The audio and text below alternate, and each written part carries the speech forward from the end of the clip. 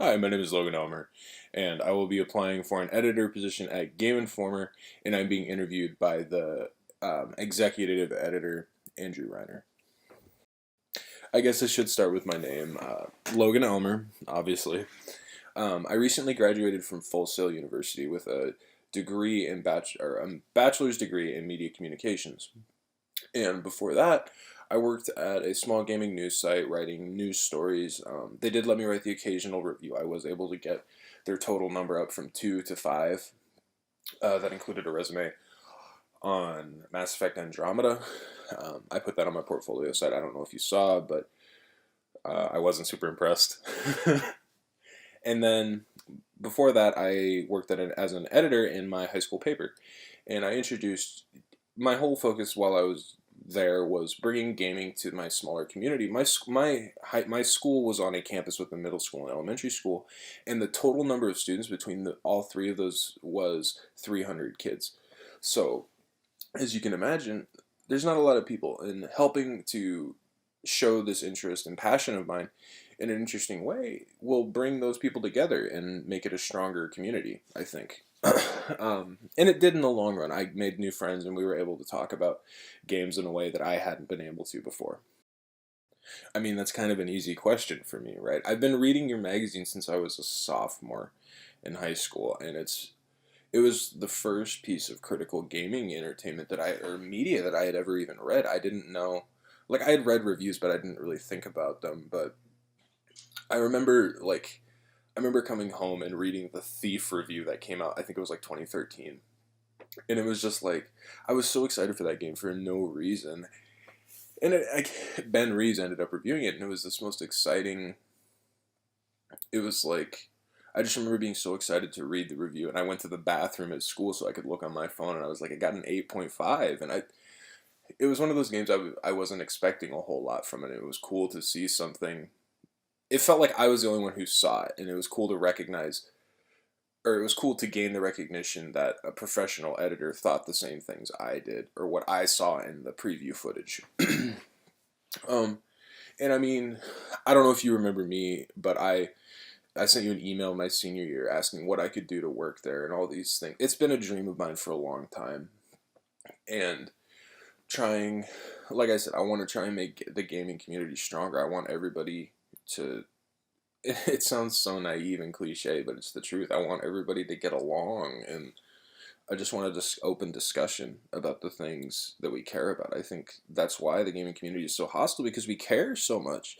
So if we could put those good intentions in a positive way, I think it would really push the medium forward and help us grow as people.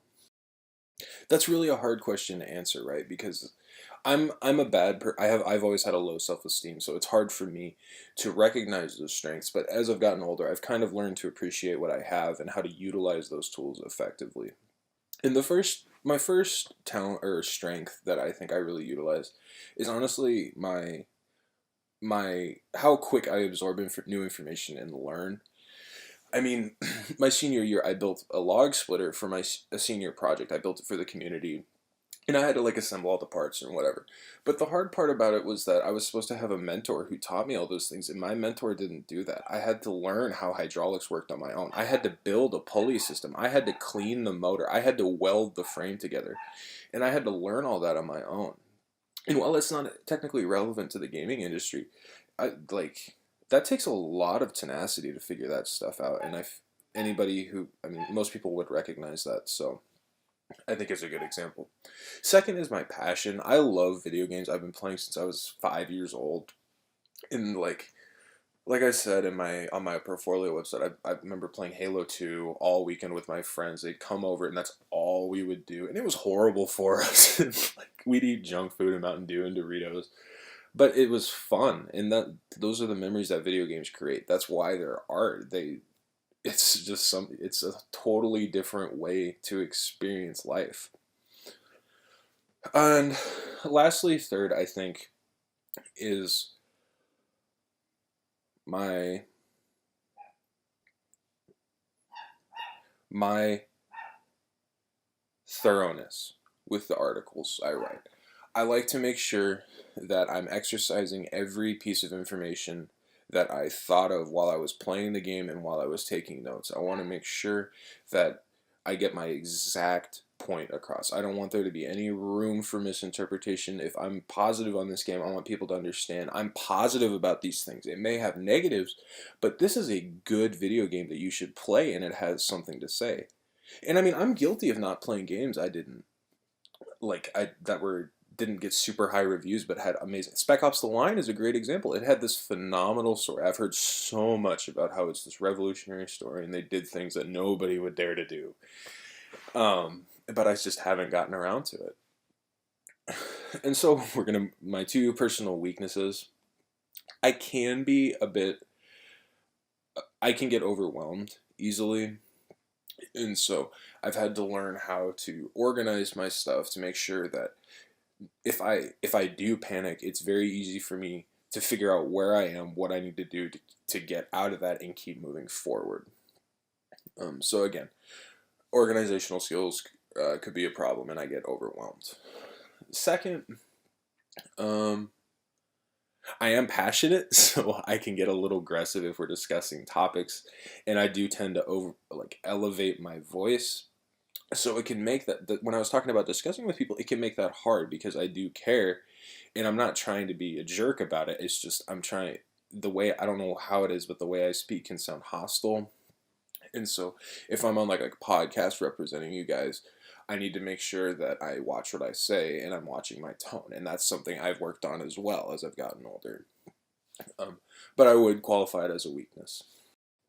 So my toughest project, I actually have two that cover different portions of what was the most difficult to accomplish. My first is the log splitter I was discussing for the reasons I mentioned. It was a lot of me learning how to do those things. And while I knew how to weld because I'd taken 2 years of welding, in terms of the mechanical knowledge, I had to do a lot of research to figure out how those hydraulics work. And on top of that, I had to call the log splitter was comprised entirely of donated parts.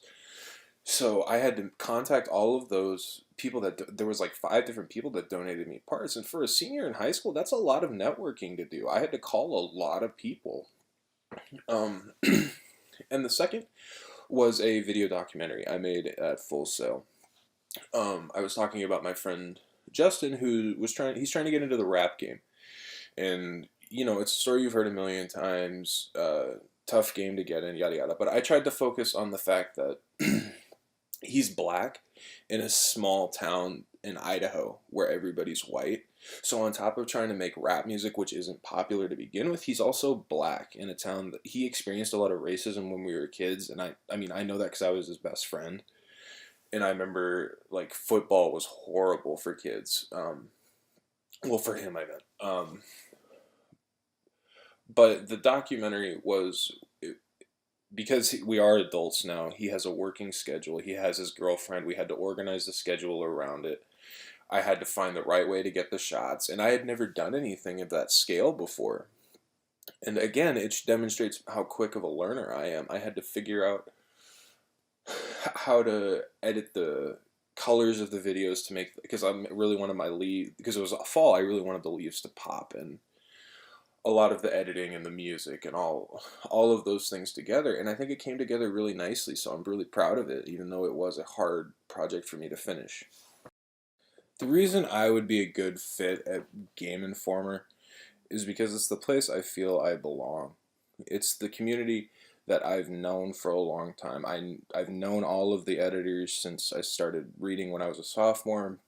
Tim Turry, Andrew Reiner, Dan Reichert, Ben Reeves, Matt Miller, all those guys. And I've been, the whole time I've been reading that, I've been trying to take these lessons and figure out how I can apply it to my own writing. And I realized in college that you have to find your own voice, and I think that's what I found. It's about being open-minded and trying to find the similarities in everybody's discussion and see their point. In working at Game Informer, I can do that. I can write articles that talk about how certain game concepts are work well, but they're maybe not be implemented the best, or and try not to upset people. If I say a Sonic game sucks, I don't want everybody to jump down my throat. I just want them to understand that, like, hey, Sonic's cool, but the platforming is a little, eh. um, and on top of that, it's something I want to do. And that's someone you want on your team, is someone who wants to be there and I've demonstrated that I'm willing to put in the work to get here. I went through college. I did that high school paper. And it was I was in a dark place after I graduated, and the content that Game Informer created, and games media in general, IGN, Kotaku, all you guys, it it gave me the strength to find out what I wanted and to pursue it. And now that I know that's what I want to do, this is the place I want to be. Okay, so that was my mock interview. I have the feedbacks right here, and I'm just kind of address them. The first one is we have verbal communication, clear and concise answers, use specific examples, demonstrated research and understanding of industry organization, and I use of relevant experience and quantified accomplishments. I honestly feel like this part of the feedback I nailed. I think I got fives all across the board. I backed up what I said with the evidence, with my experience I've gained throughout the years. I gave my answers in a clear way, and I demonstrated, like, I used terms that are related in the industry and mentioned industry professionals that I know, and I did use specific examples. And then we have nonverbal communications. These are a little more difficult. Eye contact, I probably got like a 2 or 3 on. I did wander a lot and was looking around the room. I didn't. It's harder when you don't have someone that you can focus on. I mean, I could focus on the camera, on the webcam, but it's not the same. And even in person, I look around a lot when I look, just because that's how I think. Posture and body language. I mean, I'm sitting up straight, as you can tell. I mean, I talk with my hands a lot, and I think those are good things because it shows I'm engaged in the conversation, which I'm sure is positive with an interview, that shows that I care. Tone of voice, I think I did fine. When the conversation was more comedic or light, my tone would go up to show I'm being more talkative. When I talked about more serious things, my voice would drop and I'd talk a little slower. And then facial expressions, I think I did good. So posture and body language, I'd give myself like a 3. Tone of voice, 5. And facial expressions, I'd do a 5. And then eye contact, like I said, 2. And then professionalism, this is extremely hard without person. Handshake, I've been told I have a very good handshake, so I guess 5 out of 5. I think when I watched it over, I seemed very positive. I was into the interview, and it seems like I wanted to be there. Professional appearance, this is all I have right now. I am trying to get a full-time job so I can get the clothes I need to look the part for the interview. Games journalism in general isn't super dressy, but like a nice collared dress shirt and some nice dress pants would be nice. And then my smile. I think I smiled a lot. I don't know if I have a nice smile, but we'll see. So I hope I was on point with my feedback. I tried to be. Thank you for listening, and I hope you have a great day.